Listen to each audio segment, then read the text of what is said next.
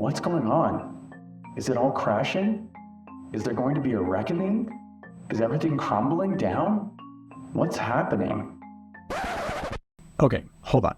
You've seen them, I've seen them. The headlines that make your stomach drop. Toronto real estate market crashing. If you follow Toronto real estate through headlines, TikTok, YouTube, you'd think that the city's real estate market is crumbling and completely frozen. These headlines and thumbnails are meant to grab your attention. They're meant to get you to click, to watch, but they mislead, and oftentimes many sources are just completely oversimplifying things. In today's video, I'm going to give you 6 ways that you can identify misleading information regarding Toronto's real estate news so you have a handle on the truth, which can help inform the right path for you.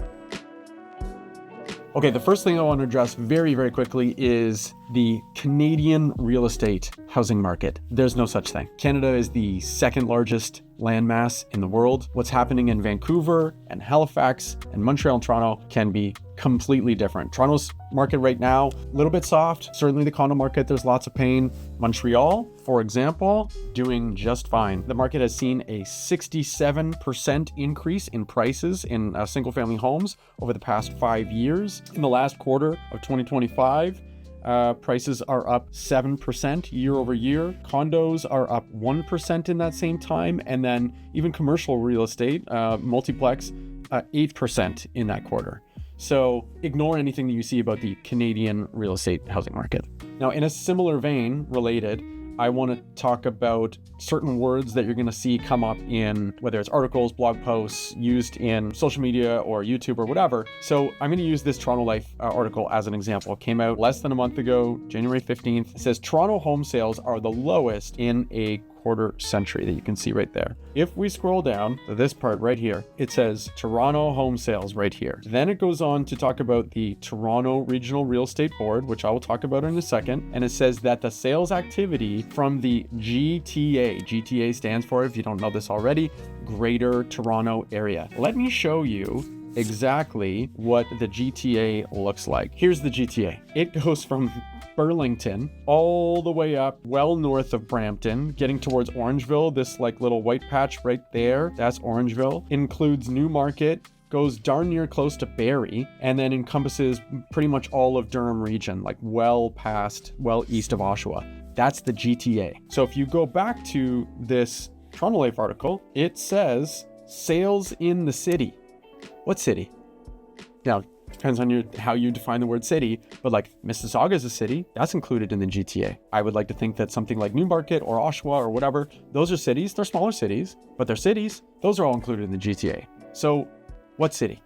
The next thing I want to talk about in terms of geographic areas and size and that kind of stuff, which relates to data and how it's presented in all kinds of different sources, is TRREB, T-R-R-E-B. It's the Toronto Regional Real Estate Board. And it's quoted a lot. The TRREB as a board, it's Canada's largest housing market. It releases, market watches. It releases reports all the time, and they're quoted quite frequently. So if we take a look at this Reddit post, a lot of people trust Reddit.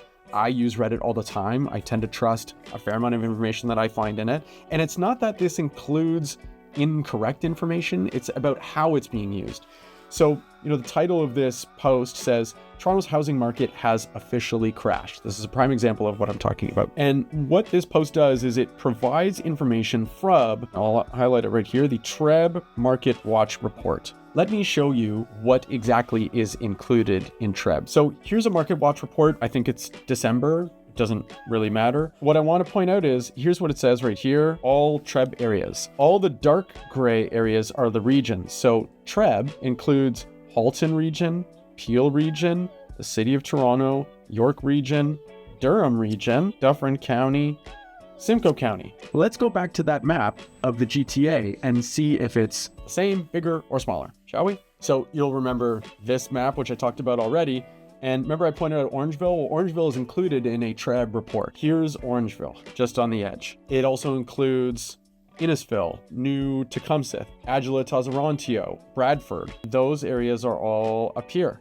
So the TRREB area is actually slightly bigger than the GTA and includes more housing markets, which are absolutely nothing like Toronto's. So getting back to that Reddit article, when it starts talking about composite benchmark prices, even if it's doing single family detached and kind of, breaking it down into property types and that kind of stuff, it's those kinds of properties from that entire area. This is no way at all reflecting Toronto. And yet Toronto's housing market has officially crashed.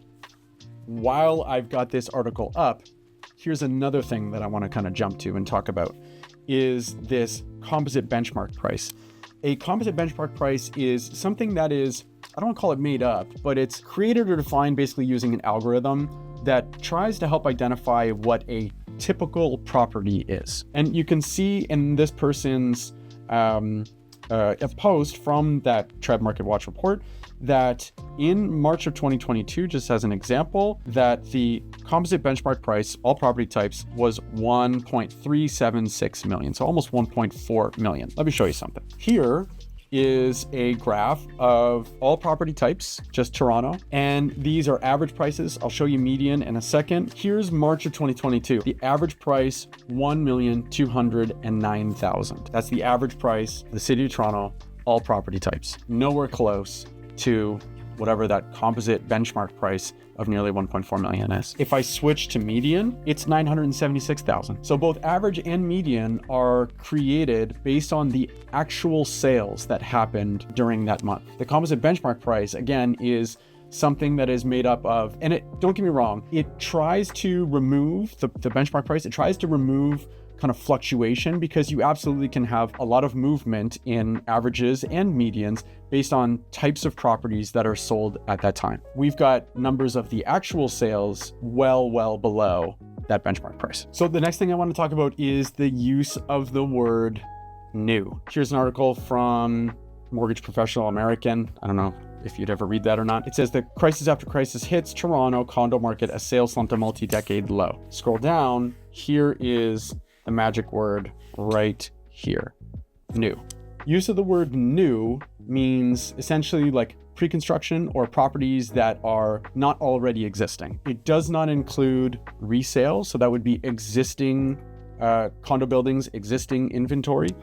These are properties that are brand new to the market. And there's no question, Toronto's condo market, the pre-construction market and the new condo market has been hit really hard. So I'm not trying to hide behind that, but you want to, as you're trying to decipher news, be on the lookout for the word new, be on the lookout for the word pre-construction. That will tell you whether it's talking about the vast majority of the market, which is resale, or whether it's talking about pre-construction new condo sales. This was another article that actually a number of people sent me. They were, I don't know, upset or confused or whatever. And it's this line right here. Only 53 condos sold in Toronto in September. This would have been September of 2025. They sent this to me and they were like, what? Only 53 either pre-construction or new condos sold. Nothing to do with the resale market. These were condo owners. They sent me this article. They were, like I said, understandably a bit upset or confused. Another example of very misleading information. Another word that I want you to be on the lookout for to help you kind of figure out exactly what's being talked about is the word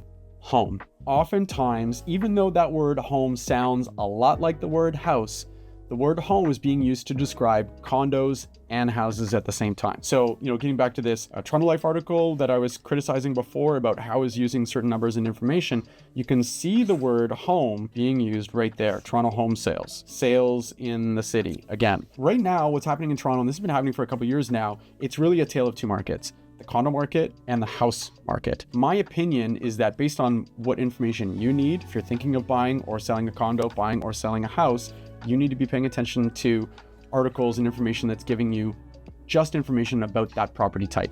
Mixing them together is, especially over the past couple of years, totally unfair, not appropriate. So let me show you a very quick example of how, and it's not just Toronto Life, it's any of those places where they say, oh, sales haven't been this low since 2010, and then me talking about how it's very important to kind of separate the market, the different kinds of market, condo from houses. This is, again, Toronto, and you can see property type, multiple selections. And what I've done is I've included anything that would be deemed as like a freehold property, right? So kind of omitting anything that would be considered a condo. If we take a look at sales, and unfortunately my data only goes back to 2010 in terms of I have access to this, but it proves my point anyway. So here's 2025 sales again for freehold properties. You can see that in 2025, in total, there were 10,755 sales. If we scroll over to 2024, there was basically the same, 10,818. It was, different by like 60, 63. Okay, so 63 higher in 2024. In 2023, there was, let's call it 400 less, 10,321. In 2022, there definitely was more. But to say it was the lowest amount of sales total, sure. For that giant area and for all property types, yes. But it's not true at all when you look at a particular segment, and a very large segment. It's not like I'm getting super niche here. So that's something that I wanted to show you and to dispute the information that's being put out there.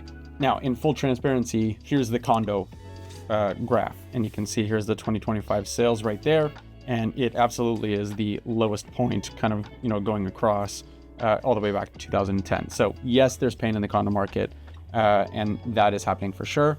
But again, tale of two totally different markets. When you see these words like crash or collapse or whatever, I think it's very natural for any of us to think, oh, that must include prices, even if they don't mention anything about prices. And if you think of the word crash, what kind of percentages are we thinking about if we're associating the word crash? Would it be 30%, 40%, 50%, maybe even 20%? Take a look at this graph. So this is all property types for Toronto, so including condos and houses. The recent peak of prices, but also the peak just over the long time, but going back to 2010, was 2022, where we had an average price for that year of $1,142,000. Right now in 2025, we're looking at an average price for the year of $1,078,000. That's 5.6% less. Let me write that down. Minus 5.6%. Is that a crash? Probably more like a correction, right?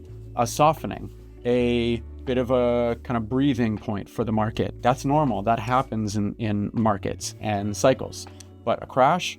Absolutely not. Okay, so what are the takeaways from this, right? Few things. One, real estate is hyperlocal. Trends happen even on a neighborhood level, but at the very least, make sure that you're looking at a city level. Second thing is property type matters absolutely. Condo versus house, new or pre-construction versus resale. Those things can be completely different and can tell very completely different stories. Lastly, it's usually a mix of stats that tell you the story. So it would be sales and new listings and how they compare to each other. Sales might be down a lot, but if new listings are down a lot too, then you have a totally different market. If sales are down a lot and new listings are way up, which is what has happened in the condo market in the past while, then you're gonna get a completely different market dynamic. Or for example, looking at sales and total inventory that's on the market, just as an example. So looking at a mix of things is usually a much better indicator than looking at one metric. The other thing that you want to consider is if you're reading a bunch of stuff and it's saying, the market is terrible, the market is crashing, the market is bad for who? If it's crashing and there are bad things happening with sales and prices and all that kind of stuff, that usually means that it's good for buyers. So bear that in mind, that there are different perspectives and different viewpoints in terms of what's good and what's bad. Totally depends on who we're talking about. So if you're watching this and you're thinking, I don't know what to believe anymore, you're not wrong. I get it. If you're moving to Toronto or you're already here and you're trying to decide whether to buy, sell, or wait, having a grounded local conversation can help cut through the noise very quickly. So if you would like to do that, there's a link below in the description where you can book a no pressure call with me. We can talk about your situation. We can look at the specific areas that you're considering or the property type that you're considering, what the market actually looks like, where you care about, not just in theory, not just headlines, not just thumbnails. I'm Jamie Harnish with Bosley Real Estate, and if you found this video helpful, make sure to subscribe. I put out regular content breaking down what's really happening in Toronto without the headlines and without the hype.